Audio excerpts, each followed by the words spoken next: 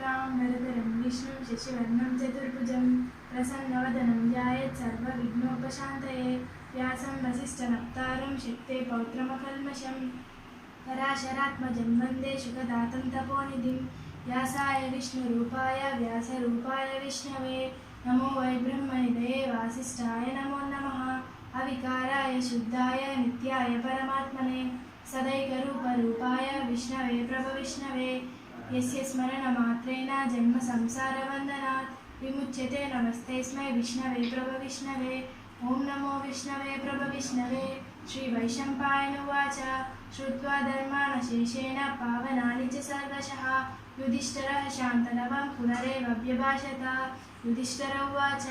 किमेकं दैवतं लोके किं वा प्रेत्यं परायणं स्तुवन्तः कं कमर्चन्तः प्राप्नुयुः मानवः शुभं को धर्म सर्वधर्माणां भवतः परमो मतः किं जपं मुच्यते जन्तु जन्म संसारबन्धनात् श्रीभीष्म उवाच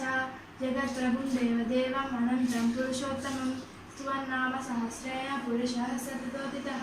तमेव चाचयन् नित्यं भक्त्या पुरुषमव्ययं ध्यायन् स्तुवन् नमस्यं च यजमानस्तमेव च अनादिनिधनं विष्णुं सर्वलोकमहेश्वरं लोकाध्यक्षं सुवर्नित्यं सर्वदुःखादिभोगवे ब्रह्मण्यं सर्वधर्मज्ञं लोकानां कीर्तिवर्धनं लोकनाथं महद्भूतं सर्वभूतभवोद्भवम् एष मे सर्वधर्माणां धर्मोऽधिकतमो मतः